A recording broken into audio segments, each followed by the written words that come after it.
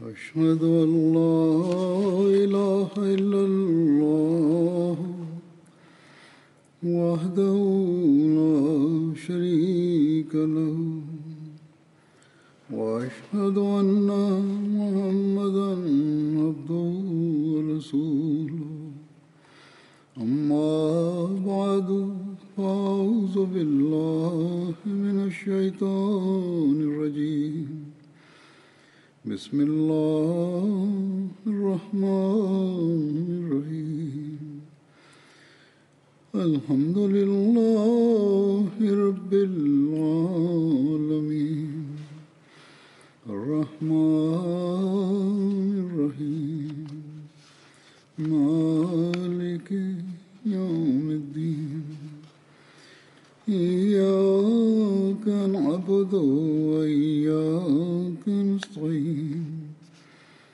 اهدنا الصراط المستقيم صراط الذين أنعمت عليهم غير المغضوب عليهم ولا الضالين. آج جن صحابی کا بدری صحابی کا میں ذکر کروں گا وہ ہیں حضرت بلال بن رباح. حضرت بلال کے والد کا نام رباح تھا اور والدہ کا نام حمامہ. حضرت بلال امیہ بن خلف کے غلام تھے. حضرت بلال کی کنیت ابو عبداللہ تھی، جبکہ بعض روایات میں ابو عبد الرحمن اور ابو عبد الکریم اور ابو عمر بھی مذکور ہے.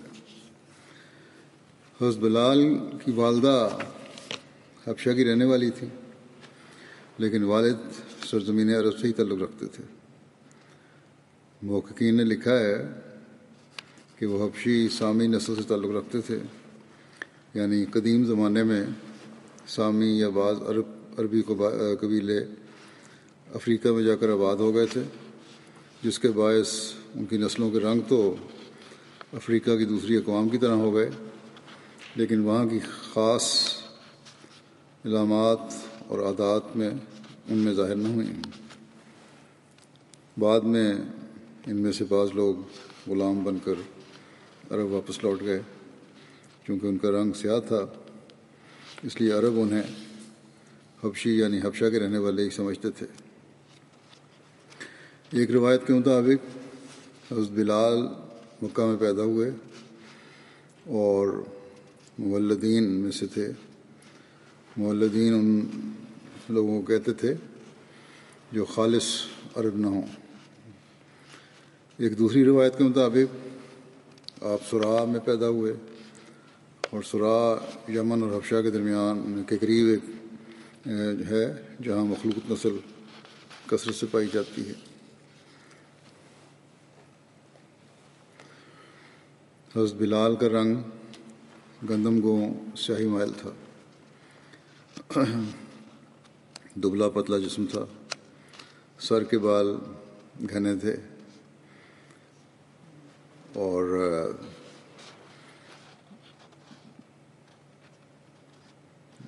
رخساروں پر گوشت بہت کم تھا. حضرت بلال نے متعدد شادیاں کیں. ان کی بعض بیویاں عرب کے نہایت شریف اور معزز گھرانوں سے تعلق رکھتی تھیں. آپ کی ایک بیوی کا نام حالہ بنت عوف تھا، جو حضرت عبد الرحمن بن عوف کی ہمشیرہ تھیں. ایک زوجہ کا نام ہند خولہ نیا تھا. بنو بکیر کے خاندان میں بھی رسول اللہ صلی اللہ علیہ وسلم نے حضرت بلال کا نکاح کروایا. حضرت ابو درداء رضی اللہ عنہ کے خاندان میں بھی حضرت بلال کا رشتہ مساہرت قائم ہوا تھا، البتہ کسی سے کوئی اولاد نہیں ہوئی. حضرت بلال کے ایک بھائی تھے جن کا نام خالد تھا، اور ایک بہن تھی جن کا نام غفیرہ تھا. رسول اللہ صلی اللہ علیہ وسلم نے فرمایا بلال سابق الحبشہ ہیں، یعنی اہل حبشہ میں سے سب سے پہلے اسلام لانے والے ہیں. حضرت انس سے روایت ہے کہ رسول اللہ صلی اللہ علیہ وسلم نے فرمایا کہ اسلام لانے میں سبقت لے جانے والے اشخاص 4 ہیں۔ انا سابق العرب، یعنی میں عربوں میں سے سبقت لے جانے والا ہوں۔ سلمان و سابق الفرس، سلمان اہل فارس میں سے سبقت لے جانے والے ہیں۔ اور بلال سابق الحبشہ، بلال اہل حبشہ میں سے سبقت لے جانے والے ہیں۔ اور صہیب سابق الروم، اور صہیب رومیوں میں سے سبقت لے جانے والے ہیں۔ عروہ بن زبیر سے مروی ہے کہ حضرت بلال بن رباح ان لوگوں میں سے تھے جو کمزور سمجھے جاتے تھے۔ جب وہ اسلام لائے تو ان کو عذاب دیا جاتا تھا تاکہ وہ اپنے دین سے پھر جائیں، مگر انہوں نے ان لوگوں کے سامنے کبھی وہ کلمہ ادا نہ کیا جو وہ چاہتے تھے، یعنی اللہ تعالیٰ کا انکار کرنا۔ انہیں امیہ بن خلف عذاب دیا کرتا تھا۔ حضرت بلال جب رسول اللہ صلی اللہ علیہ وسلم پر ایمان لائے تو ان کو طرح طرح کا عذاب دیا جاتا تھا۔ جب لوگ حضرت بلال کے عذاب دینے میں سختی کرتے تو حضرت بلال احد کہتے، وہ لوگ کہتے اس طرح کہو جس طرح ہم کہتے ہیں، تو حضرت بلال جواباً کہتے کہ میری زبان اسے اچھی طرح ادا نہیں کر سکتی جو تم کہہ رہے ہو۔ ایک دوسری روایت میں ہے کہ حضرت بلال کو جب ایذا پہنچائی جاتی اور مشرکین یہ ارادہ کرتے کہ ان کو اپنی طرف مائل کر لیں تو حضرت بلال کہتے اللہ اللہ۔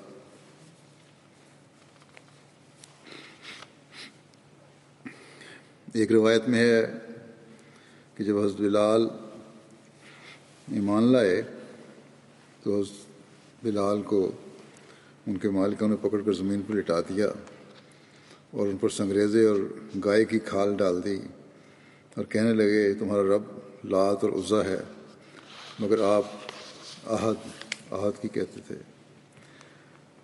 ان کے مالکوں کے پاس حضرت بکر آئے اور کہا کہ کب تک تم اس شخص کو تکلیف دیتے رہو گے؟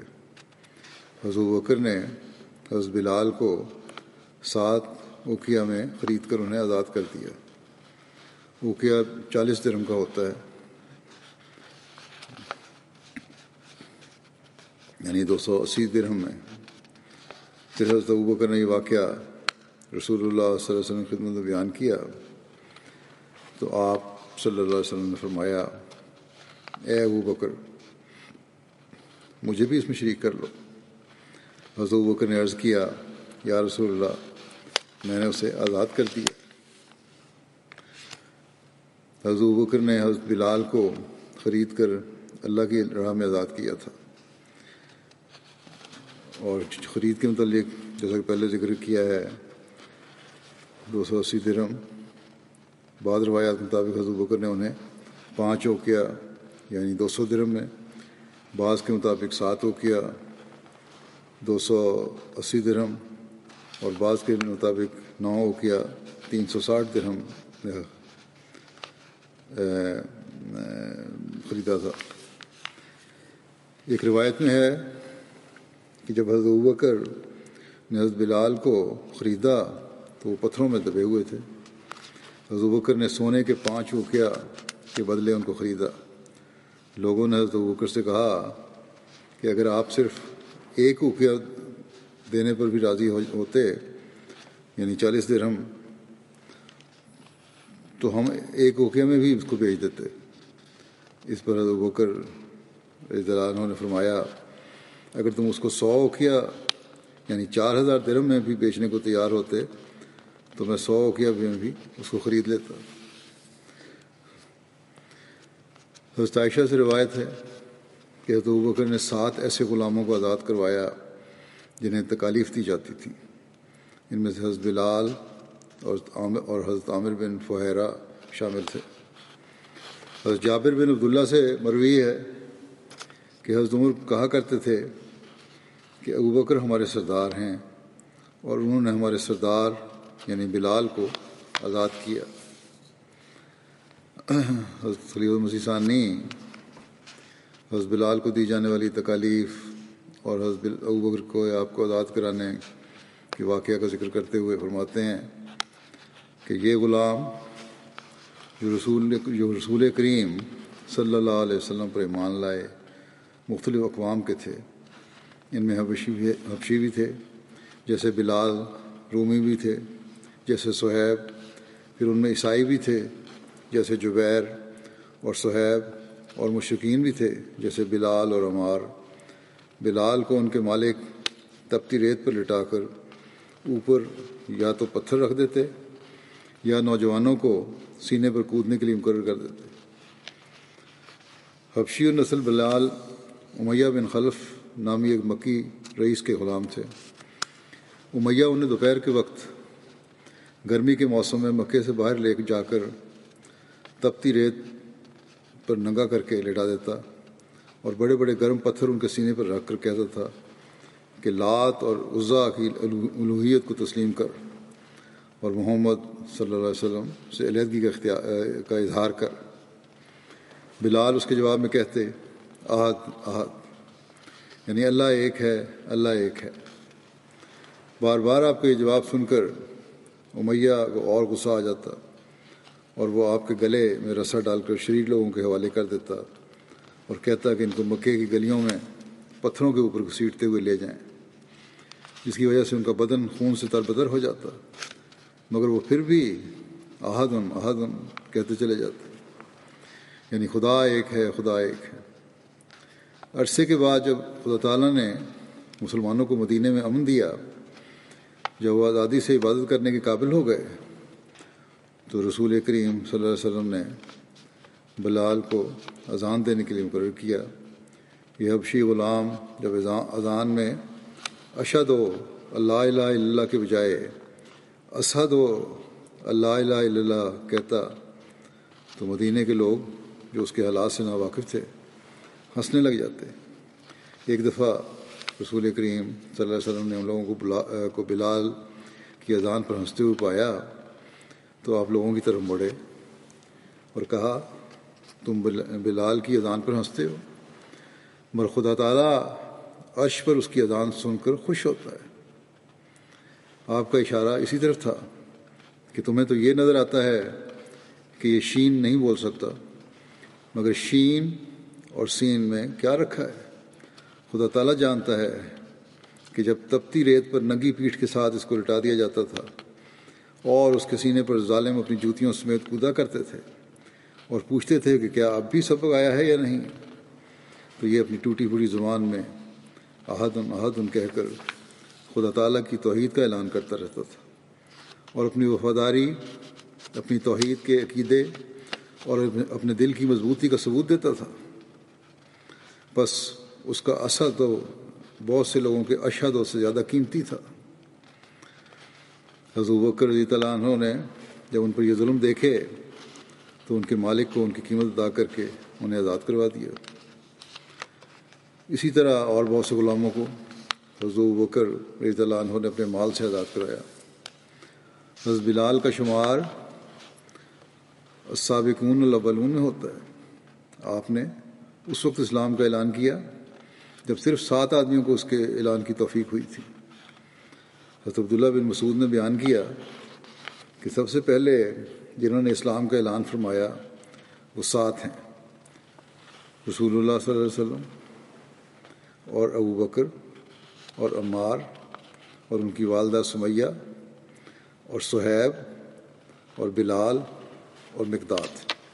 بس رسول اللہ صلی اللہ علیہ وسلم کو تو اللہ تعالیٰ نے آپ کے چچا ابو طالب کے ذریعے سے محفوظ رکھا اور ابوبکر کو اللہ تعالیٰ نے ان کی قوم کے ذریعے سے محفوظ رکھا.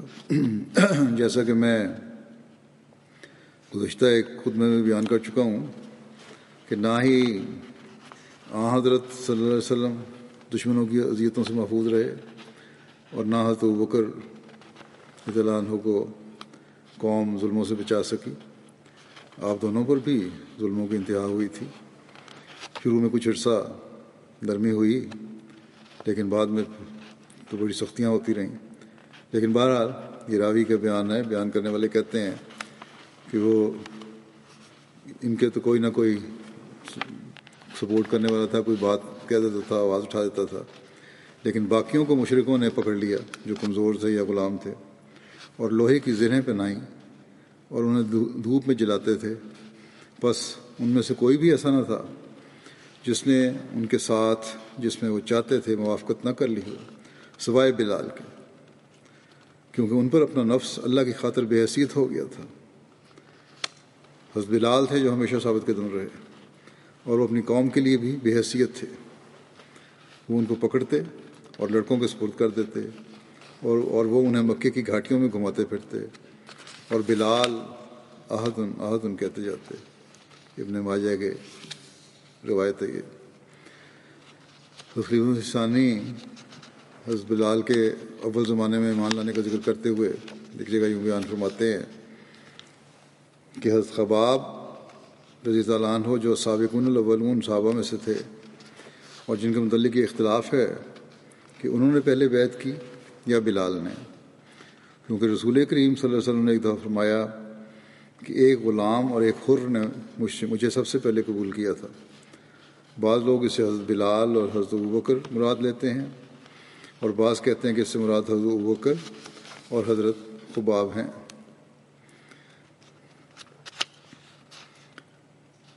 حضرت مرزا بشیر احمد صاحب نے سید خاتم النبیین میں حضرت بلال کی تکالیف کا ذکر کرتے ہوئے جو بیان فرمایا ہے وہ اس طرح ہے کہ بلال بن رباح امیہ بن خلف کے ایک حبشی غلام تھے. امیہ ان کو دوپہر کے وقت جب کہ اوپر سے آگ برستی تھی اور مکے کا پتھریلا میدان بھٹی کی طرح تپتا تھا، باہر لے جاتا اور ننگا کر کے زمین پر لٹا دیتا، اور بڑے بڑے گرم پتھر ان کے سینے پر رکھ کر کہتا لات اور عزا کی پرستش کرو اور محمد سے علیحدہ ہو جاؤ، ورنہ اسی طرح عذاب دے کر مار دوں گا. بلال زیادہ عربی نہ جانتے تھے، بس صرف اتنا کہتے احد احد، یعنی اللہ ایک ہی ہے، اللہ ایک ہی ہے. اور یہ جواب سن کر امیہ اور تیز ہو جاتا اور ان کے گلے میں رسا ڈال کر انہیں شریر لڑکوں کے حوالے کر دیتا، اور وہ ان کو مکے کے پتھریلے گلی کوچوں میں گھسیٹتے پھرتے، جس سے ان کا بدن خون سے تر بتر ہو جاتا، مگر ان کی زبان پر سوائے احد احد کے اور کوئی لفظ نہ آتا. حضرت ابوبکر نے ان پر یہ جور و ستم دیکھا تو ایک بڑی قیمت پر خرید کر انہیں آزاد کر دیا. حضرت بلال جب ہجرت کر کے مدینہ تشریف لائے تو آپ نے حضرت سعد بن خیثمہ کے گھر قیام کیا. رسول اللہ صلی اللہ علیہ وسلم نے حضرت بلال کی مواخات حضرت عبیدہ بن حارث سے کروائی، جبکہ ایک دوسری روایت کے مطابق آپ نے حضرت بلال کی مواخات حضرت ابو رویحہ خصمی سے کروائی.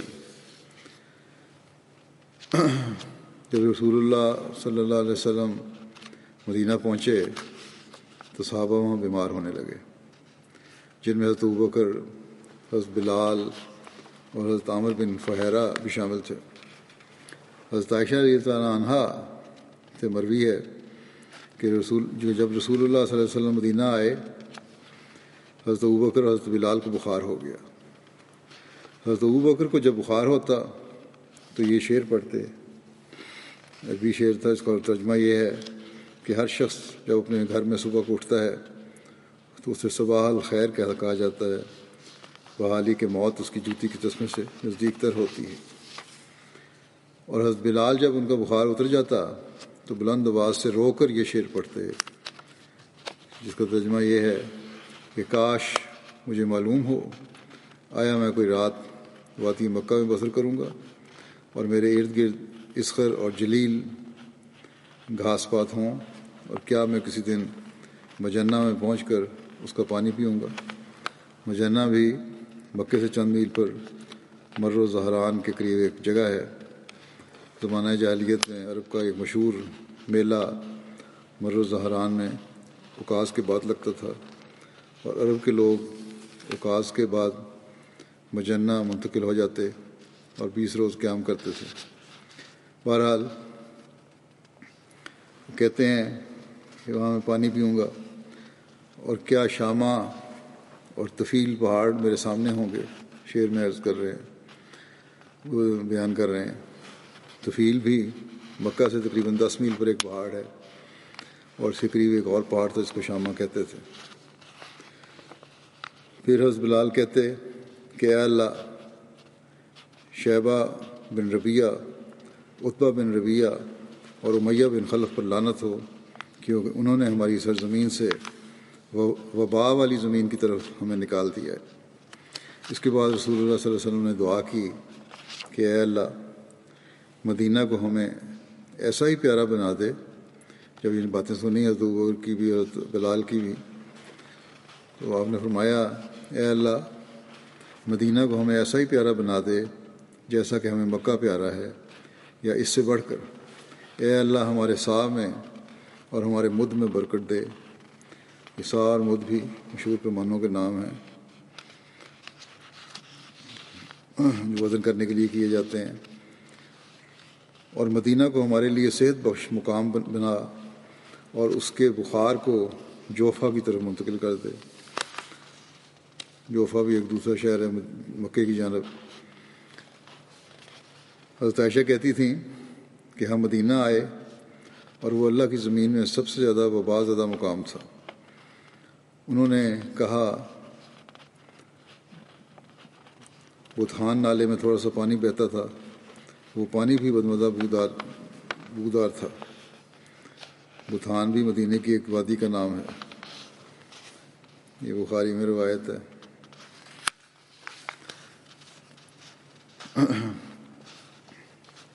جب قادیان سے ہجرت ہوئی ہے تو اس وقت احمدیوں کو خاص طور پر ہجرت مدینہ کے حوالے سے نصیحت کرتے ہوئے کہ ہمیں اس ہجرت سے پریشان نہیں ہونا چاہیے، حضرت بلال کے اس واقعہ کا حوالہ دیتے ہوئے اور اس پر حضرت صلی اللہ علیہ وسلم کے ارشاد کا ذکر کرتے ہوئے حضرت مسلم موعود رضی اللہ عنہ نے اس وقت فرمایا تھا جماعت کو کہتے ہوئے کہ میں اوروں کو تو نہیں جانتا، اوروں کو تو نہیں کہہ سکتا جو دوسرے لوگ غیر احمدی مسلمان ہجرت کر کے آئے ہیں، لیکن احمدیوں سے یہ کہتا ہوں کہ یہ خیال چھوڑ دو کہ تم لٹے ہوئے ہو، تم نے ہجرت کی ہے، لٹ پٹ کے آئے ہو.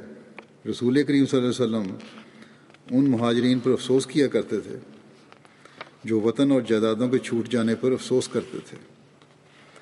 رسول کریم صلی اللہ علیہ وسلم جب مدینہ تشریف لائے، اس وقت مدینہ کا نام یثرب ہوا کرتا تھا، اور وہاں ملیریا بھی کثرت سے ہوتا تھا. بخار ملیریا پھیلنا شروع ہوا تو مہاجرین کو بخار چڑھے.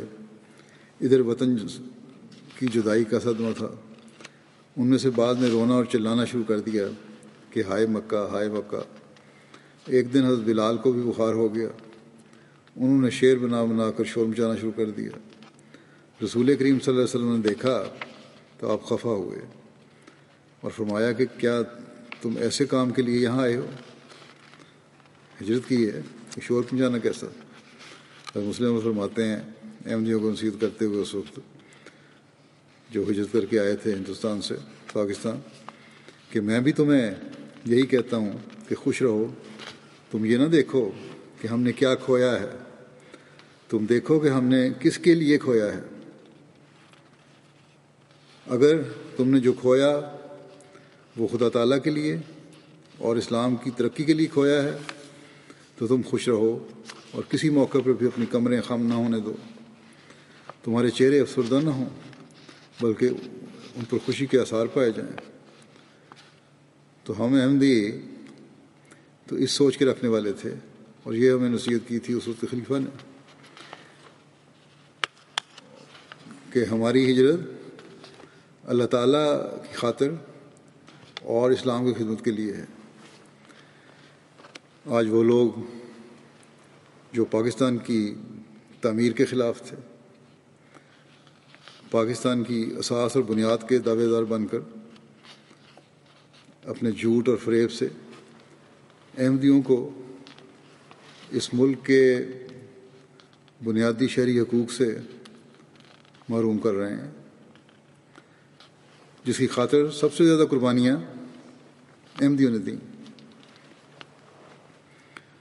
جس دین کی برتری اور خدمت کے لیے ہم نے ہجرت کی، پاکستان کی پارلیمنٹ نے اپنے سیاسی مقاصد کی خاطر اس دین کا نام لینے پر بھی ہم پر پابندی لگا دی۔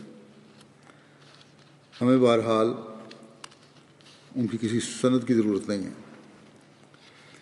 لیکن ہمیں افسوس اس بات پر ضرور ہوتا ہے کہ ان نام نہاد ملک کے ٹھیکیداروں نے احمدیوں پر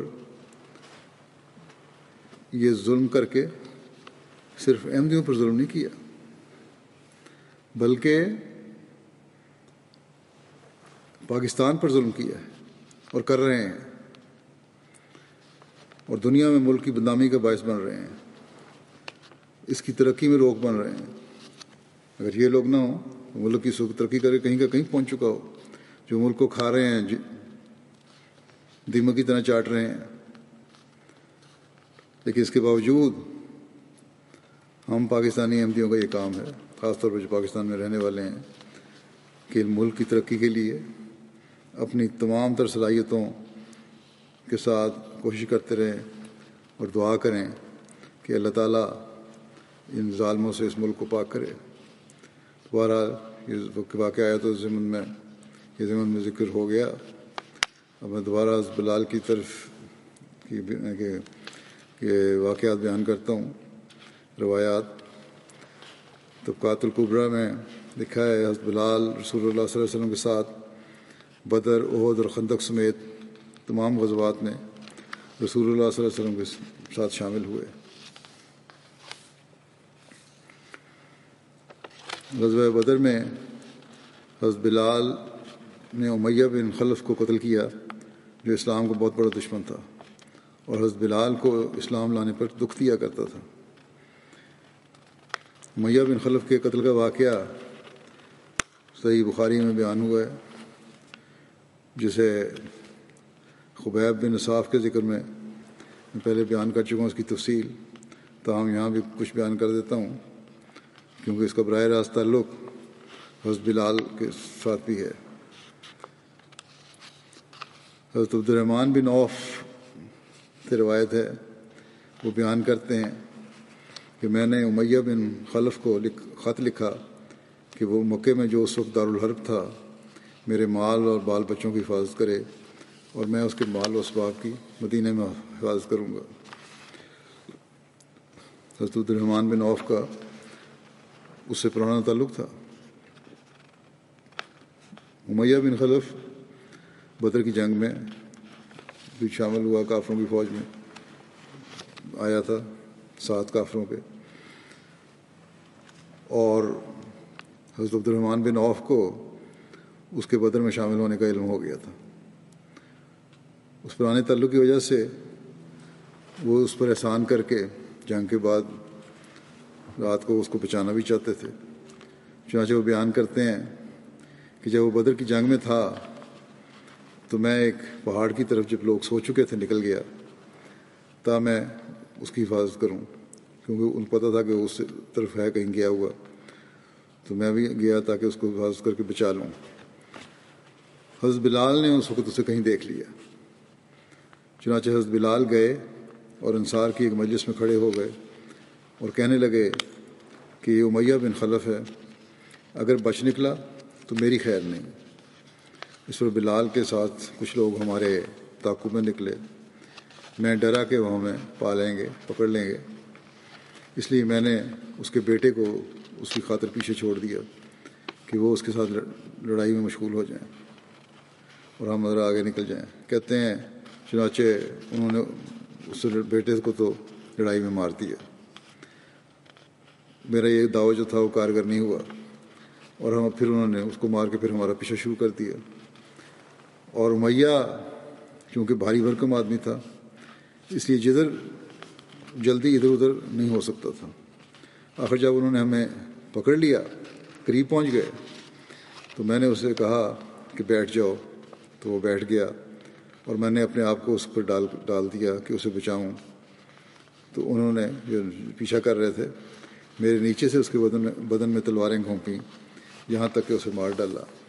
ان میں سے ایک نے اپنی تلوار سے میرے پاؤں پر زخم بھی کر دیا۔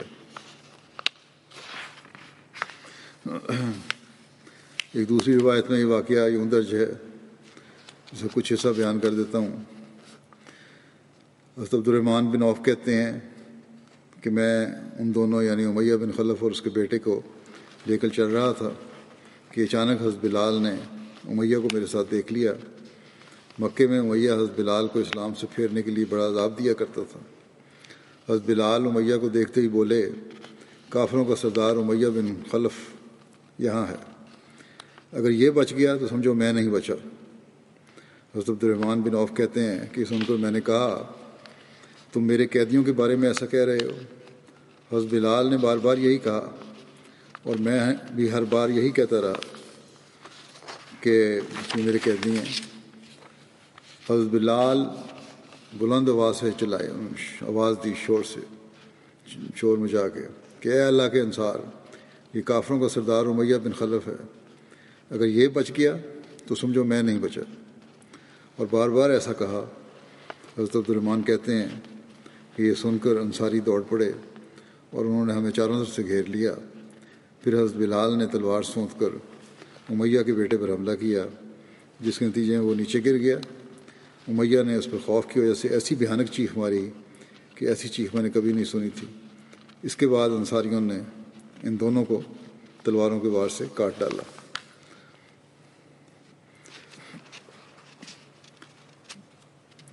ایک روایت میں یہ آتا ہے کہ حضرت بلال رسول اللہ صلی اللہ علیہ وسلم کے سیکرٹری یا خزانچی بھی تھے۔ حضرت ابن عباس رضی اللہ عنہ سے ایک شخص نے پوچھا، کیا آپ بھی رسول اللہ صلی اللہ علیہ وسلم کے ساتھ کسی سفر میں شریک ہوئے ہیں؟ انہوں نے کہا، اگر میرا آپ صلی اللہ علیہ وسلم سے تعلق نہ ہوتا تو میں شریک نہ ہوتا۔ اس سے ان کی مراد یہ تھی کہ چھوٹے ہونے کی وجہ سے انہیں موقع ملا، رشتہ داری تھی، اس لیے سفر میں شریک ہوئے تھے۔ حضرت پھر کہتے ہیں کہ حضرت صلی اللہ علیہ وسلم اس نشان کے قریب آئے جو کہ حضرت کثیر بن سلط کے گھر کے قریب تھا، اور صحابہ کو خطاب فرمایا۔ پھر آپ عورتوں کے پاس آئے اور انہوں نے واضح نصیحت کی، اپنی جو روایت بیان کر رہے ہیں وہ، اور انہیں صدقہ دینے کے لیے فرمایا۔ تو عورتیں اپنے ہاتھوں کو جھکا کر اپنی انگوٹھیاں اتارتیں اور حضرت بلال کے کپڑے میں ڈالتی جاتی تھیں۔ حضرت بلال ساتھ تھے، وہ چادر تھی اس میں وہ ڈالتی جاتی تھیں۔ یہ روایت حضرت ابن عباس نے بیان کی ہے کہ اس کے بعد آپ اور حضرت بلال گھر آئے۔ حضرت انس بن مالک بیان کرتے ہیں کہ رسول اللہ صلی اللہ علیہ وسلم نے مجھے فرمایا کہ مجھے اللہ کی خاطر اتنی اذیت دی گئی جتنی کسی کو نہیں دی جا سکتی۔ مجھے اللہ کی خاطر اتنا ڈرایا گیا ہے جتنا کسی کو نہیں ڈرایا جا سکتا، اور مجھ پر تیسری رات آ جاتی کہ میرے اور بلال کے پاس کوئی ایسا کھانا نہ ہوتا جسے کوئی جاندار کھا سکے، مگر اتنا جسے بلال کی بغل چھپا سکتی۔ بہت تھوڑا معمولی کھانا ہوتا تھا۔ حضرت بلال کو سب سے پہلا مؤذن ہونے کا بھی شرف حاصل ہوا۔ حضرت بلال رسول اللہ صلی اللہ علیہ وسلم کی ساری زندگی میں ان کے لیے سفر و حضر میں مؤذن رہے، اور آپ اسلام میں پہلے شخص تھے جنہوں نے اذان دی۔ محمد بن عبداللہ بن زید اپنے والد سے روایت کرتے ہیں، انہوں نے بیان کیا کہ رسول اللہ صلی اللہ علیہ وسلم نے نماز کے بلانے کے لیے بگل کا سوچا، پھر ناقوس کا ارشاد فرمایا، بس وہ بنایا گیا۔ تو یہ بخاری کی حدیث ہے، اور اس کے مطابق بھوک اور ناقوس کے استعمال کا مشورہ صحابہ نے دیا تھا۔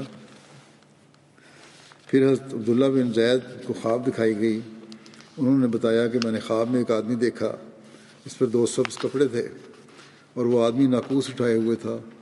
میں نے اس کو خواب میں ہی کہا، اے اللہ کے بندے، تم یہ ناقوس فروخت کرو گے؟ اس نے کہا، تم اس سے کیا کرو گے؟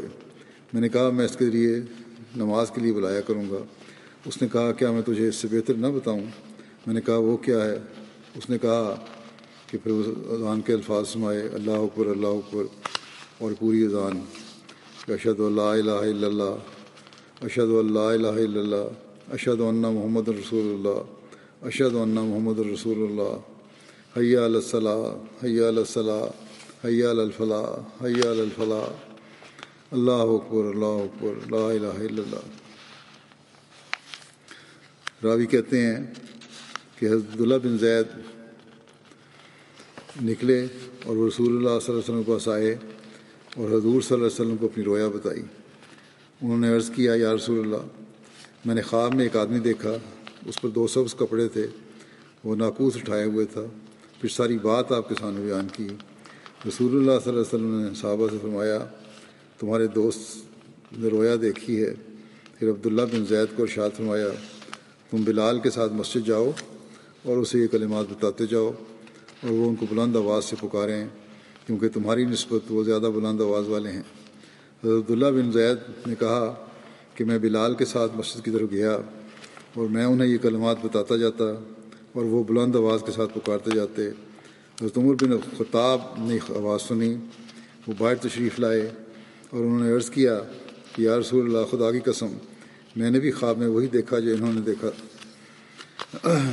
اس کو بیان کرتے ہوئے مرزا بشیر احمد صاحب نے لکھا ہے کہ ابھی تک نماز کے لیے اعلان یا اذان وغیرہ کا انتظام نہیں تھا۔ صحابہ عموماً وقت کا اندازہ کر کے خود نماز کے لیے جمع ہو جاتے تھے، لیکن یہ صورت کوئی قابل اطمینان نہیں تھی۔ اب مسجد نبوی کے تیار ہو جانے پر یہ سوال زیادہ محسوس طور پر پیدا ہوا کہ کس طرح مسلمانوں کو وقت پر جمع کیا جائے۔ کسی صحابی نے نصارہ کی طرح ناقوس کی رائے دی، کسی نے یہود کی مثال میں بھوک کی تجویز پیش کی، کسی نے کچھ کہا، مگر حضرت عمر نے مشورہ دیا کہ کسی آدمی کو مقرر کر دیا جائے کہ وہ نماز کے وقت یہ اعلان کر دیا کرے کہ نماز کا وقت ہو گیا ہے۔ حضرت صلی اللہ علیہ وسلم نے اس رائے کو پسند فرمایا اور حضرت بلال کو حکم دیا کہ وہ اس فرض کو ادا کیا کریں۔ چنانچہ اس کے بعد جب نماز کا وقت آتا، بلال بلند آواز سے الصلاۃ جامعہ کہہ کر پکارتے تھے اور لوگ جمع ہو جاتے تھے۔ بلکہ اگر نماز کے علاوہ بھی کسی غرض کے لیے مسلمانوں کو مسجد میں جمع کرنا مقصود ہوتا تو یہی ندا دی جاتی تھی۔ اس کے کچھ عرصے کے بعد ایک صحابی عبداللہ بن زید انصاری کو خواب میں موجودہ اذان کے الفاظ سکھائے گئے اور انہوں نے آن صلی اللہ علیہ وسلم کی خدمت میں حاضر ہو کر اپنی خواب کا ذکر کیا اور عرض کیا کہ میں نے خواب میں ایک شخص کو اذان کی طریق پر یہ الفاظ پکارتے سنا ہے۔ آپ نے فرمایا، یہ خواب خدا کی طرف سے ہے، اور عبداللہ کو حکم دیا کہ بلال کو یہ الفاظ سکھا دیں۔ عجیب اتفاق یہ ہوا کہ جب بلال نے الفاظ میں پہلی دفعہ اذان دی تو حضرت عمر اسے سن کر جلدی جلدی آپ کی خدمت میں حاضر ہوئے اور عرض کیا کہ یا رسول اللہ، آج جن الفاظ میں بلال نے اذان دی ہے، بعین ہی یہی الفاظ میں نے بھی خواب میں دیکھے ہیں۔ اور ایک روایت میں یہ ہے کہ جب حضرت صلی اللہ علیہ وسلم نے اذان کے الفاظ سنے تو فرمایا کہ اسی کے مطابق وہی بھی ہو چکی ہے۔ الغرض اس طرح موجودہ اذان کا طریقہ جاری ہو گیا، اور جو طریق اس طرح جاری ہوا وہ ایسا مبارک اور دلکش ہے کہ کوئی دوسرا طریق اس کا مقابلہ نہیں کر سکتا۔ گویا ہر روز 5 وقت اسلامی دنیا کے ہر شہر اور ہر گاؤں میں ہر مسجد سے خدا کی توحید اور محمد رسول اللہ صلی اللہ علیہ وسلم کی رسالت کی آواز بلند ہوتی ہے، اور اسلامی تعلیمات کا خلاصہ نہایت خوبصورت اور جامع الفاظ میں لوگوں تک پہنچا دیا جاتا ہے۔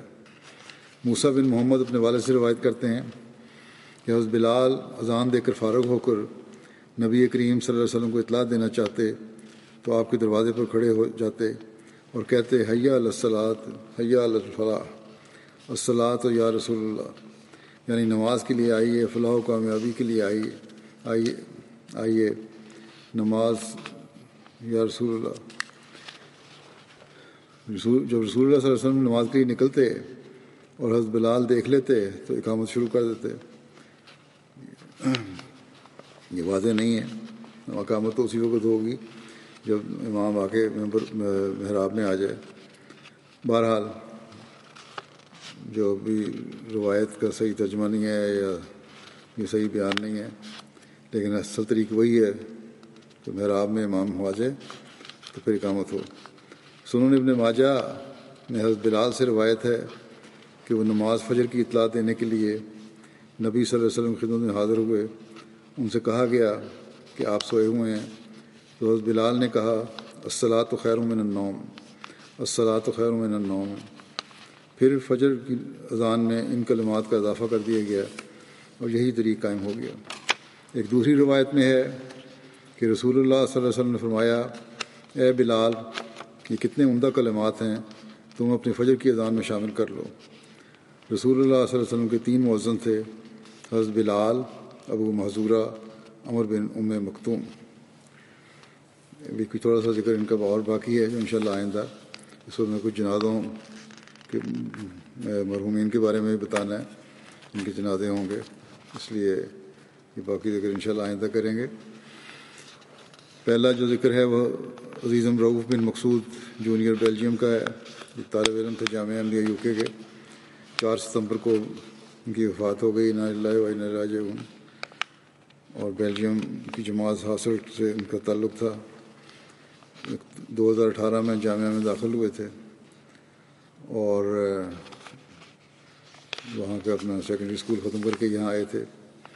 عزیزوں، اپنی خلوص سے بھرپور طبیعت، خدمت خلق کے جذبے اور مشقت کی عادت کی بنا پر طلباء اور اساتذہ میں بہت ہر دل عزیز تھے۔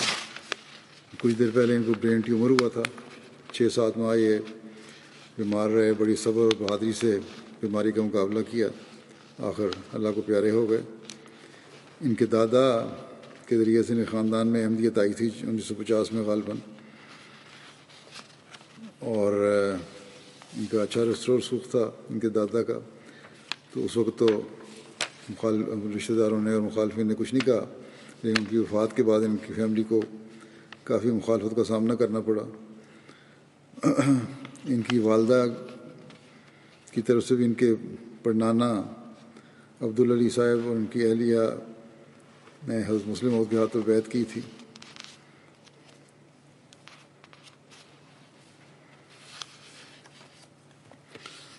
رؤوف بن مقصود کے جو عثمان گان ہیں، والدین کے علاوہ 3 بہنیں اور 2 بھائی شامل ہیں، اور ہمایوں مقصود صاحب والد ہیں، محسنہ بیگم صاحبہ والدہ ہیں، نشاط عزیزہ نشاط ہے، بیٹی ہے، عمر 18 سال، عزیزم صالح بیٹا ہے، عمر 14 سال، عزیزہ تسنیہ حمیدہ یہ 9 سال کی ہے، عزیزم فاتح مقصود 7 سال کا ہے، عزیزہ جنت السیام سامیہ 4 سال کی۔ بیلجیم کے امیر صاحب لکھتے ہیں کہ انہیں بچپن سے دیکھنے کا مجھے موقع ملا اور عزیزم کو غیر معمولی بچہ پایا۔ جب بھی عزیزم کی جماعت میں جانے کا موقع ملا، اس کو ہمیشہ مسجد کے ساتھ وابستہ اور خوش اخلاق پایا۔ وفات کے بعد 2 دن بیت الرحیم ہالکن میں افسوس کے لیے لوگوں کے آنے کا انتظام کیا ہوا تھا۔ جماعت سے بڑی تعداد میں لوگ شامل ہوئے اور ان میں بہت سے افراد کو روتے دیکھا۔ ان سب نے عزیزم کے بے شمار واقعات بتائے۔ بیماری کے شروع میں ڈاکٹر نے ان کو بتا دیا تھا کہ ان کو برین کینسر ہے، جو کہ زندگی کے لیے خطرناک ہو سکتا ہے، لیکن اس کے باوجود کبھی نہ تو ان کے چہرے پر مایوسی آئی اور نہ ہمت چھوڑی۔ ڈاکٹر کے ساتھ میٹنگ میں ایک ڈاکٹر نے کہا کہ جب موصوف بول سکتے تھے تو ان سے میری گفتگو ہوتی رہی، میں نے ان کو بہت غیر معمولی نوجوان اور روشن دماغ پایا۔ ڈاکٹرز کا یہ بھی کہنا ہے کہ موصوف نے انتہائی تکلیف دہ بیماری میں بھی کبھی کوئی شکایت نہیں کی۔ ڈاکٹر کے نزدیک اس حالت میں مریض کو بعض اوقات شدید غصہ آ جاتا ہے، لیکن انہوں نے بڑی ہمت دکھائی اور صبر کا مظاہرہ کیا۔ عزیزم کمال جو لکھتے ہیں امیر صاحب کہ عزیزم کمال درجے کی خلافت سے محبت رکھنے والے اور کامل اطاعت کرنے والے تھے۔ ہمیشہ چہرے پر مسکراہٹ رہتی تھی اور ہر ایک سے چاہے چھوٹا ہو یا بڑا بڑے احترام اور خندہ پیشانی سے پیش آتے۔ مربی صاحب ہیں حاصل کے، وہ کہتے ہیں کہ بیماری کی تشخیص سے قبل میں نے رمضان میں ان سے اطفال کی کلاسز آن لائن لینے کے لیے کہا تو بڑی باقاعدگی سے کلاسز لیتے رہے، یہاں تک کہ جب اس بیماری سے ہسپتال داخل ہوئے تو بیماری کے باوجود ہسپتال سے بچوں کی کلاس لیتے رہے، یہاں تک کہ بعض اوقات کلاس لیتے لیتے بے ہوشی کی کیفیت طاری ہو جاتی تھی اور پھر جب طبیعت سنبھلتی تو دوبارہ کلاس شروع کر دیتے۔ کبھی یہ نہیں کہا کہ میں تکلیف میں ہوں، کلاس نہیں لے سکتا۔ اطفال نے بھی اس کا اظہار کیا کہ جب آپ کو تکلیف ہے تو کلاس نہ لیں، تو موصوف نے ہمیشہ یہ کہا کہ جب واپس جامعہ کھلے گا تو میں جا کے خلیفۃ المسیح کو کیا جواب دوں گا کہ میں نے چھٹیوں کے دوران کیا جماعتی خدمت کی ہے۔ ایک شوق تھا، ایک جذبہ تھا، ایک لگن تھی۔ پھر مربی سلسلہ ہیں دوسرے، وہ لکھتے ہیں کہ ایک ہفتہ کے لیے انہوں نے وقفہ عارضی کیا 2010 میں۔ اس ان کو ان کے والد میرے پاس چھوڑ گئے کہ یہاں رہیں گے کیونکہ اس نے جامعہ میں جانا ہے، اس کی ٹریننگ کریں۔ اس وقت بھی کہتے ہیں میں نے دیکھا اس کو 5 نمازوں کی ادائیگی کے علاوہ صبح اٹھ کر نماز تہجد کی بھی ادائیگی کیا کرتے تھے۔ مسجد آلکن جب تعمیر ہو رہی تھی یا رینوویشن، اس کی تبدیلی ہو رہی تھی، تو اس وقت انہوں نے باقاعدہ وقار عمل میں حصہ لیا، اور سیکٹری جداد کہتے ہیں جو اب بڑا مشکل اور بھاری کام اپنے ذمہ لیتے تھے، پتھر اٹھانے، بجری اٹھانے وغیرہ کا، اور بڑی خوشی سے یہ کام کرتے تھے۔ اور یہ خوبی میں یہ تھی کہ سب کو سلام کرنے میں پہل کرتے تھے۔ ان کی والدہ بتاتی ہیں کہ دوسروں کو اپنے اوپر ترجیح دیا کرتے تھے۔ عام طور پر اسکول اپنا کھانا لے کے جاتے اور وہاں کھا کے آیا کرتے تھے۔ ایک دن گھر آ کے والدہ کو کہا کہ مجھے کھانا دیں۔ میں نے کہا تم لے کے تو گئے تھے۔ انہوں نے کہا ایک بچہ کھانا نہیں لے کے آیا تھا تو اسے میں نے اپنا کھانا دے دیا کہ میں گھر میں جا کے کھا لوں گا۔ اسی طرح اپنے دوستوں کے بارے میں فکر مند رہتے اور ان کو کہا کرتے تھے کہ مجھے تمہارے مستقبل کی فکر رہتی ہے، کہ اپنے جو قریبی تھے ان کو کہا کرتے تھے اچھے اخلاق والے دوست چنو اور اپنے مستقبل کو بہتر بنانے کی کوشش کرو۔ بڑی ڈیوٹی، اجتماعات وغیرہ، جلسے وغیرہ لگن سے ڈیوٹی دیا کرتے تھے۔ بلکہ ان کے افسر کہتے ہیں کہ ایک دم میں نے سیکورٹی ڈیوٹی تھی ان کی، رات کو کچھ کھانے کو پیش کیا تو موصوف نے کہا پہلے جو میرے ساتھی ہیں ان کو دے دیں۔ بعض والدین کو جن کے بچے وقف نو میں شامل ہیں ان سے بھی اکثر پوچھتے رہتے تھے باوجود چھوٹے ہونے کے، اور تلقین کیا کرتے تھے کوشش کریں کہ آپ کا بچہ جامعہ میں جائے۔ ان کی والدہ نے بھی بڑی ہمت سے ان کی بیماری کا یہ عرصہ گزارا ہے، بلکہ دونوں والدین نے، والد نے بھی اور والدہ نے بھی۔ والدہ کہتی ہیں ان سے کہا کرتی تھیں کہ ہم نے تمہیں خدا کی راہ میں وقف کر دیا تھا، اب بھی جہاں تم جا رہے ہو، مایوسی ڈاکٹروں نے کا اظہار کیا تھا اور کوئی امید نہیں تھی۔ بڑے حوصلے سے انہوں نے کہا اب وہ جگہ جہاں تم جا رہے ہو وہ بھی بڑی اچھی جگہ ہے، اور اللہ کی رضا پر راضی رہنے کی تلقین کرتی رہیں۔ وہ خود بھی اللہ کی رضا پر راضی تھے۔ پھر انہوں نے اپنی ایک تصویر جو میرے ساتھ کھنچوائی ہوئی تھی ہسپتال میں اپنے بیڈ کے سامنے رکھوا لی، جو اکثر تبلیغ کا ذریعہ بنتی، اور ڈاکٹر پوچھتے تھے کہ کون سی کمیونٹی سے تمہارا تعلق ہے، ان کو بتایا جاتا ہے کہ ہم جماعت احمدیہ سے ہیں، اور اس بات کو تسلیم کرتے ہیں کہ مسیح جو آنے والا تھا آ گیا۔ اس پر آگے تبلیغ چلتی تھی۔ میر صاحب کہتے ہیں کہ میں انہیں کہا کرتا تھا کہ تم بے شک بیمار ہو لیکن اس کے باوجود تبلیغ کا ذریعہ بن رہے ہو، اور بڑے خوش ہوتے تھے اس بات پر۔ پھر صدر خدا احمدیہ بیلجیم کہتے ہیں کہ ان کو خلافت سے انتہا کا عشق تھا۔ ایک دن کہتے ہیں میں نے اطفال اور وقف نو کی کلاس میں خلیفہ وقت کو خط لکھنے کے لیے کہا اور خط لکھوائے، تو موصوف میرے پاس آئے اور کہنے لگے مربی صاحب مجھے اردو میں خط لکھنا نہیں آتا، مجھے آپ لکھ کے دیں، میں نقل کر لوں گا، پھر اس کو دیکھ کے ہاتھ سے لکھوں گا۔ تو میں نے ان سے پوچھا، کہا کہ باقی بچے ڈچ میں لکھ رہے ہیں، تم بھی لکھ دو، یہ جامعہ آنے سے پہلے کی بات ہے۔ تو موصوف نے جواب دیا کہ میں چاہتا ہوں کہ میرا خط براہ راست خلیفہ وقت تک پہنچے اور وہ میرے لیے دعا کریں۔ پھر یہ کہتے ہیں ربی صاحب کہ مقصود عزیز رؤوف بن مقصود جو کھڑے ہو کر یہ عہد کرتے تھے کہ میں اپنی جان اور مال اور وقت اور عزت قربان کرنے کے لیے ہر دم تیار رہوں گا، موصوف نے یہ عہد آخری سانس تک پورا کیا۔ بہت بڑی تعداد ان کے غیر جماعت بیلٹ دوستوں بھی تھی، اور کہتے ہیں کہ میں نے اپنی آنکھوں سے انہیں بل کر روتے دیکھا ہے۔ جب میں نے ایک دوست سے عزیز رؤوف بن مقصود کے بارے میں پوچھا تو روتے ہوئے کہنے لگے کہ آج ہمارا بہت ہی پیارا اور خیال رکھنے والا دوست ہمیں سے جدا ہو گیا، کہتے ہیں ایسے ہمدرد دوست بھی کسی کسی کو ملتے ہیں. پھر تبلیغ کا بڑا شوق تھا. یہ کہتے ہیں کہ جہاں بعض دفعہ دوسرے لوگ ہچکچاتے تھے کہ مسایا ہے اس کام کی، ہم نے تحریک شروع کی، تو یہ پکڑ پکڑ کے لوگوں کو لے کے آتے تھے اور ان کو تبلیغی لٹریچر دیتے تھے اور گفتگو کرواتے تھے اور مہمانوں کا تعارف بھی کرواتے. ہر تبلیغی نشست میں مہمان بھی لے کے آتے. بہرحال یہ جامعہ پاس کرنے سے پہلے ہی بہترین مربی اور مبلغ تھے. اللہ تعالیٰ کے اپنے فیصلوں کی حکمت خود جانتا ہے. بعض دفعہ بہترین انسانوں کو جلد اپنے پاس بلا لیتا ہے. اللہ تعالیٰ مرحوم کے مغفرت و رحم سے وسلوک فرمائے اور ان درجات بلند کرے. ان کے والدین کو بھی صبر و حوصلہ عطا فرمائے. دوسرا جنازہ ہے ظفر اقبال قریشی صاحب کا، جو سابق نائب امیر ضلع اسلام آباد تھے. یہ 3 ستمبر کو 87 سال کی عمر میں وفات پا گئے. انا للہ و انا الیہ راجعون. ایک مخلص خاندان سے ان کا تعلق تھا اور آپ کے دادا عبید اللہ قریشی صاحب مسیح موعود علیہ السلام کے صحابی تھے جنہوں نے 1904 میں بیعت کی تھی. آپ کی جو اہلیہ تھیں امت الحمید صاحبہ، ان کے دادا حضرت خلیفہ نور الدین صاحب بھی حضرت خلیفہ مسیح موعود علیہ السلام کے ایک صحابی تھے. یہ خلیفہ نور الدین اور ہیں، ان کا نام ہے خلیفہ نور الدین.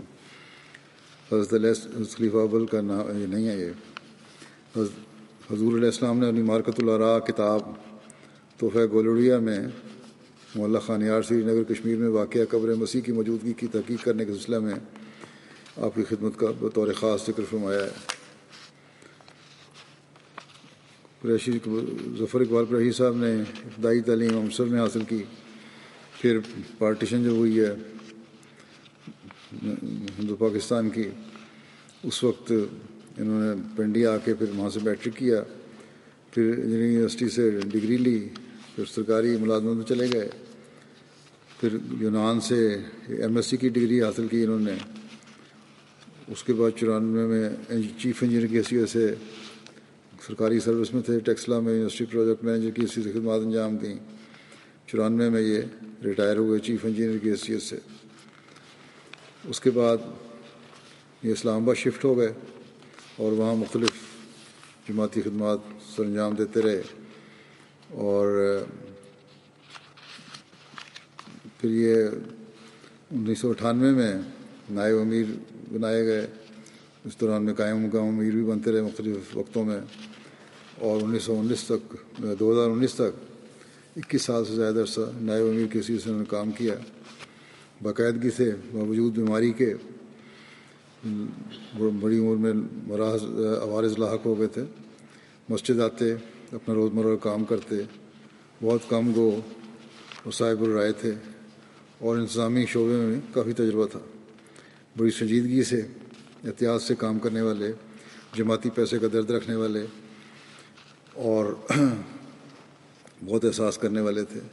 میں جب ناظر اعلیٰ تھا اس وقت میں نے دیکھا ان کو قریب سے. ماشاءاللہ بڑے بے نفسی اور عاجزی سے ہی کام کرتے تھے اور اپنے چھوٹوں کو بھی، جو ان کے افسر تھے، عمر میں بہت زیادہ چھوٹے تھے، ان کی بھی کامل اطاعت کیا کرتے تھے. ان کی پسماندگان میں اہلیہ امت الحمید ظفر صاحبہ کے علاوہ 4 بیٹیاں شامل ہیں. امت الرشید صاحبہ، ڈاکٹر صدف ظفر صاحبہ، شادیہ چودھری صاحبہ اور عائشہ طارق صاحبہ. یہ کینیڈا میں، باقی لاہور میں ہیں. ایک بیٹی عائشہ ظفر کہتی ہیں کہ بچپن میں جب اسکول جانا شروع کیا تو سالانہ امتحان سے قبل خلیفہ وقت کی خدمت میں میری طرف سے دعائیہ خط لکھتے. پھر جب پوزیشن آتی تو دوبارہ خط لکھتے اور جب اس کا جواب آتا تو پڑھ کے سناتے. پھر جب بڑی ہوئی تو مجھے خود خط لکھنے کی تلقین کرتے اور اس کا خط کا خاکہ بنا کر دیا کرتے. اور اس طرح نہایت پیار سے چھوٹی عمر میں ہی میرے دل میں خلافت سے پیار اور اطاعت کا جذبہ پختہ کر دیا. اللہ تعالیٰ مرحوم سے رحم و مغفرت سلوک فرمائے، درجات بلند فرمائے. غائبین کو بھی صبر اور سکون عطا فرمائے۔ اگلا جنازہ ہے آنریبل کابینے کا واجہ کاٹے صاحب سینیگال کا، جو 24 اگست کو 85 سال کی عمر میں انتقال فرما گئے۔ انا للہ و انا الیہ راجعون۔ بڑے بہادر، اخلاص رکھنے والے، خلافت سے محبت کرنے والے، جماعتی غیرت رکھنے والے، خدمت کا جذبہ رکھنے والے، قربانی کرنے والے، مہمان نوازی کرنے والے تھے، اور بڑی نمایاں خصوصیات تھیں ان کی۔ جماعتی وفد کی ضیافت انتہائی پرتکلف کرتے۔ ہمیشہ یہ خواہش اور اصرار ہوتا کہ جب تک جماعتی وفد ان کی ریجن میں ہے اور آپ ہی ان کی مہمان نوازی کریں گے۔ اگر مہمانوں نے کبھی باہر سے کھانا کھا لیا تو آپ ناراض ہوتے تھے کہ مجھے کیوں موقع نہیں دیا۔ مہمانوں کے لیے اپنے کمرے کو خالی کر دیتے اور ہر سہولت فراہم کرتے۔ سوشلسٹ پارٹی کی طرف سے انتخابات میں حصہ لے کر 18 سال تک ملک کی پارلیمنٹ کے ممبر رہے۔ ایک مخلص اور باوفا احمدی تھے۔ جب تک جماعت رجسٹر نہیں ہوئی تھی، جماعت کی پراپرٹی ان کے نام پر ہی تھی۔ مشرین انچارج لکھتے ہیں کہ جب 2012 میں سینیگال آیا اور اس کے بعد جماعت رجسٹر ہو گئی تو مرحوم فرمانے لگے کہ زندگی کا پتہ کوئی نہیں، اب جلدی سے یہ امانت جو پراپرٹی ہے جماعت کی اپنے نام کروائیں جماعت کے۔ اور جب بھی مشکل وقت آیا پھر یہ لکھتے ہیں کہ دفاع کے لیے ہمیشہ پہلی صف میں کھڑے ہوتے۔ ایک مشنری سے بڑھ کر کام کرنے والے تھے۔ لمبا عرصہ جماعت احمدیہ جو تھا ٹمباکنڈا ریجن، وہاں کے صدر کے طور پر خدمت میں جال آتے رہے۔ مرکزی عاملہ میں بطور سیکرٹری امور خارجہ خدمت کی توفیق پائی۔ وفات سے قبل 3 ایکڑ اراضی جماعت کو اسکول کے لیے پیش کی۔ اسی طرح 3 ایکڑ اراضی اپنے جماعتی ریجنل مشن کے ہاؤس کے لیے بھی رکھی ہوئی، اور فوت ہونے سے قبل 6 ایکڑ کے کاغذات ہمارے مبلغ ڈیکو حمید صاحب کے سپرد کیے کہ یہ جماعت کی امانت ہے، سنبھال کے رکھیں۔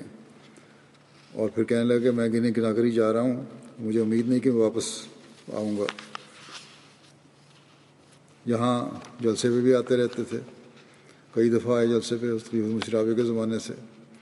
آخری بار 2019 کے جلسے میں بھی شامل ہوئے، مجھے بھی ملے، اور امیر صاحب کو کہنے لگے کہ زندگی کا بھروسہ کوئی نہیں، وہاں کے اپنے مقامی امیر کو، کہ میری خواہش ہے کہ خلیفہ وقت کے سامنے بیٹھوں تاکہ زیادہ سے زیادہ دیکھ سکوں۔ اور بیٹھے رہے، پھر بعد میں ملاقات کے کہنے لگے کہ میرا مقصد پورا ہو گیا۔ مولانا منور خورشید صاحب کہتے ہیں کہ سینیگال میں بہت مقبول سیاسی اور نظامی شخصیت تھی ان کی۔ سینیگال کے معروف شخص تانباکنڈا سے تھا ان کا تعلق، معروف شہر تانباکنڈا سے ان کا تعلق تھا، اور سیاسی خاندان تھا ان کا۔ بنیادی طور پہ شعبہ تعلیم سے وابستہ تھے، بعد میں سیاسی میدان میں آ گئے۔ 95 میں honourable Jagjung deputy speaker national assembly کے ذریعے جماعت کا پیغام ان کو پہنچا۔ پھر جلد ہی اللہ تعالیٰ نے دل کی گرہ کھول دی، جس کے بعد بشاشت قلبی اور انشراح صدر کے ساتھ بیعت کر کے احمدیت میں شامل ہو گئے۔ سینیگال میں اوائل میں بیعت کرنے والے زیادہ تر مزدور پیشہ تھے یا ذمہ دار تھے، جو حسب توفیق مالی قربانی کرتے تھے۔ جب آپ نے بیعت کر لی تو اللہ تعالیٰ کے فضل سے ہمیشہ دل کھول کر مالی قربانی پیش کرنے کی توفیق پائی۔ بہت نڈر اور بہادر احمدی تھے، دعوت اللہ کا ایک جنون تھا، ہر ملنے والے کو دعوت حق دیتے، یہاں تک کہ سربراہ مملکت کو بھی جماعت کا تعارف کرانے کی توفیق ملی۔ مرحوم کا حلقہ احباب بہت وسیع تھا، ہر ملنے والے تک پیغام پہنچانے کی کوشش کرتے۔ ہر وقت ان کی گاڑی میں جماعتی لٹریچر اور بیعت فارم دستیاب ہوتے تھے۔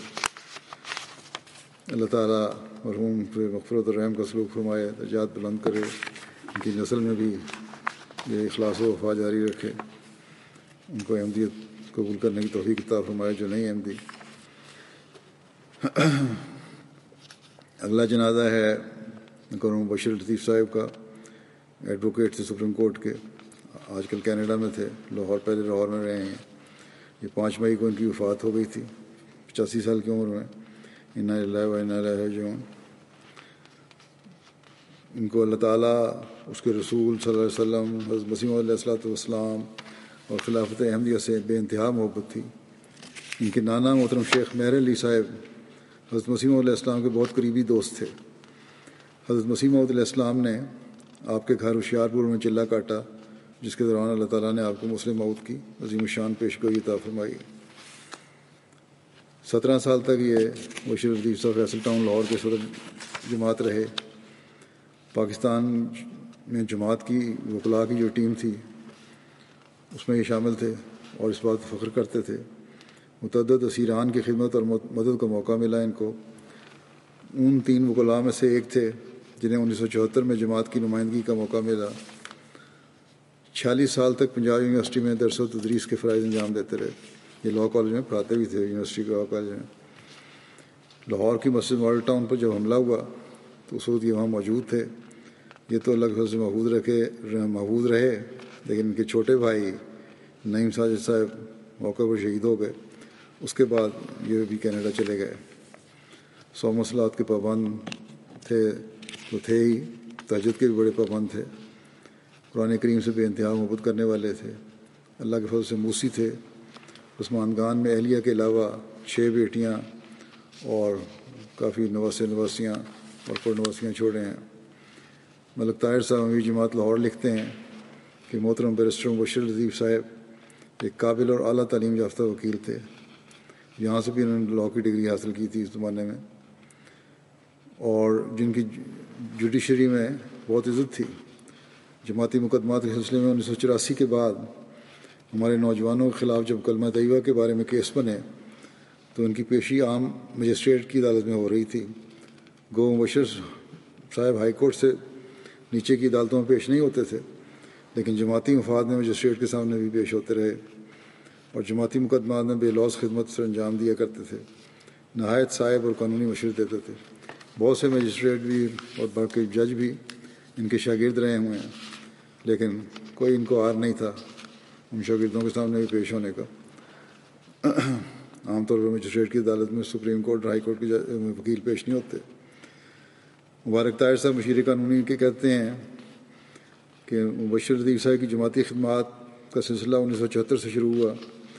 آپ نے سمدانی کمیشن میں غیر جماعت وکیل اعجاز حسین بٹالوی صاحب کو بھی اسسٹ کیا۔ 84 کے آرڈیننس کے خلاف جو کیس شرعی عدالت میں دائر کیا گیا تھا اس کے پینل میں بھی مبشر لطیف صاحب شامل رہے۔ منصفانہ قانون کے تحت تو اس پر کچھ نہیں ہونا تھا اور یہ پتہ تھا نہیں ہوگا، لیکن انہوں نے اور ساتھیوں نے ان کے بڑی محنت سے یہ سارا کیس تیار کیا۔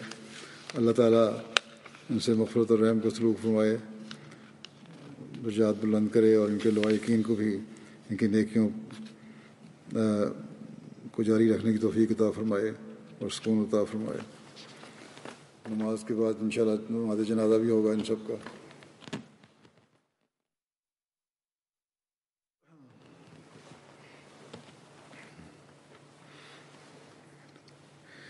الحمد لله نحمده ونستعينه ونستغفره ونؤمن به ونتوكل عليه ونعوذ بالله من شرور أنفسنا ومن سيئات أعمالنا من يهده الله فلا مضل له ومن يضلل فلا هادي له ونشهد أن لا إله إلا الله ونشهد أن محمدا عبده ورسوله عباد الله رحمكم الله إن الله يأمر بالعدل والإحسان وإيتاء ذي القربى وينهى عن الفحشاء والمنكر والبغي يعظكم لعلكم تذكرون اذكروا الله يذكركم وادعوه يستجب لكم ولذكر الله أكبر